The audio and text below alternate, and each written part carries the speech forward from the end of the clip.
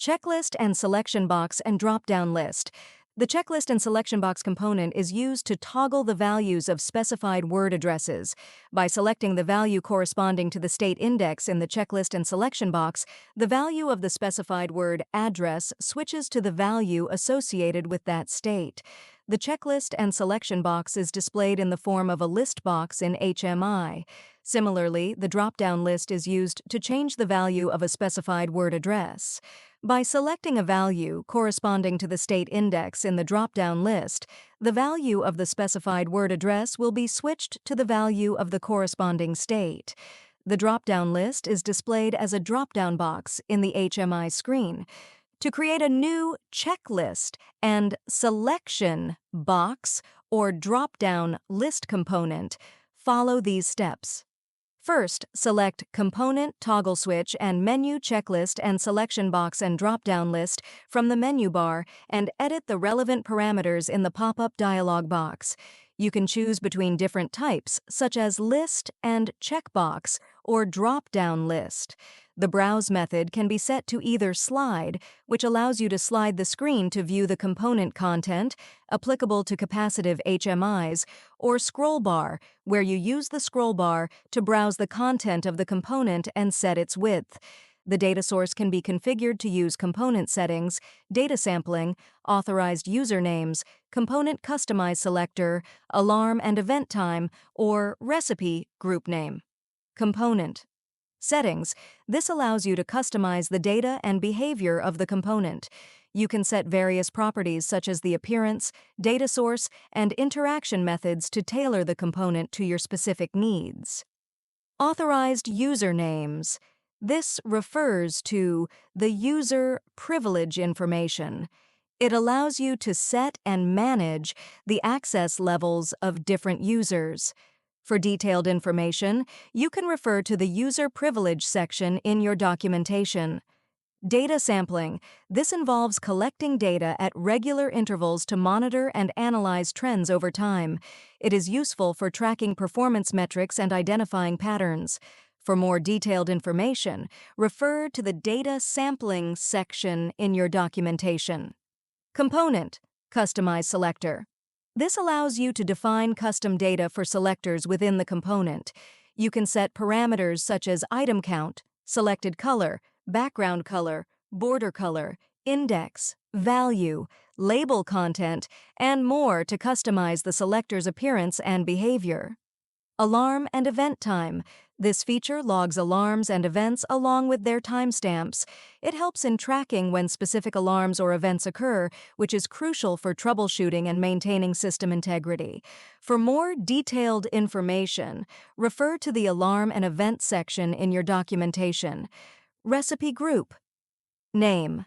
This refers to the data related to recipes, which are predefined sets of parameters or instructions used in automated processes. Recipes can be used to quickly configure a system for different tasks or products. For more detailed information, refer to the Recipe section in your documentation. When using different read-write addresses, you can specify that the value of the reading address will be written into the writing address upon an action, such as press. The address types LW, RW, SRW, and SRWR correspond to different types of registers and memory locations.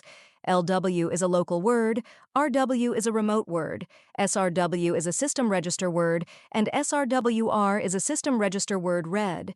Additionally, you can configure the system register, occupy one word, and data type, such as 16-bit unsigned, 32-bit signed, etc. Next, in the Graphics tab, you can choose any type of graphics for the component to enhance its visual appeal. In the Selector Setting tab, configure the relevant parameters. Set the item count to determine the number of component data items. You can customize the selected color to highlight selected items and set the background and border colors. The index value corresponds to different states, and the value specifies the word addresses in those states. Label content can be customized for different states and languages. For illegal input, you can choose to display an error state or keep the current state. Error notification can be set to turn on a notification bit address when an error occurs. Language settings allow you to specify the current display language and whether the content changes with the language. Enable control address specifies if the value in that state is enabled or disabled based on the bit value of the word address. You can also use text from a specified text library. In the Control Settings tab, you can set activation settings such as always effective or conditional effective. For conditional settings, you can configure options like indicating invalid mark, hiding when conditions are not met, making the component non-operable when hidden, displaying in grayscale when conditions are not met, invalidating keyboard focus, and setting level user, privilege user, and logic control. In the Keyboard tab, you can add keyboard settings such as selecting F1, F2, F3, etc. In the Security Settings tab, you can configure security settings such as minimum press time, require confirmation prior to execution, waiting time, minimum operation interval, and notification settings.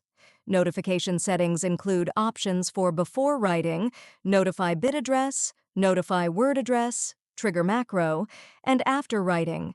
You can also select audio from the audio library and configure keyboard focus settings. In the Communication tab, you can choose either Always Communication or Conditional Communication. For conditional communication, you can set Level User, Privilege User, and Logic Control. Finally, in the Display tab, you can set the position, X, Y, and width of the component, and choose to lock the width. Click OK, and then click anywhere in the window to insert the checklist and selection box component. By configuring the appropriate parameters for our checklist, selection box, and drop-down list components, we can achieve the desired output effectively. Here is a basic example of how you can run your program.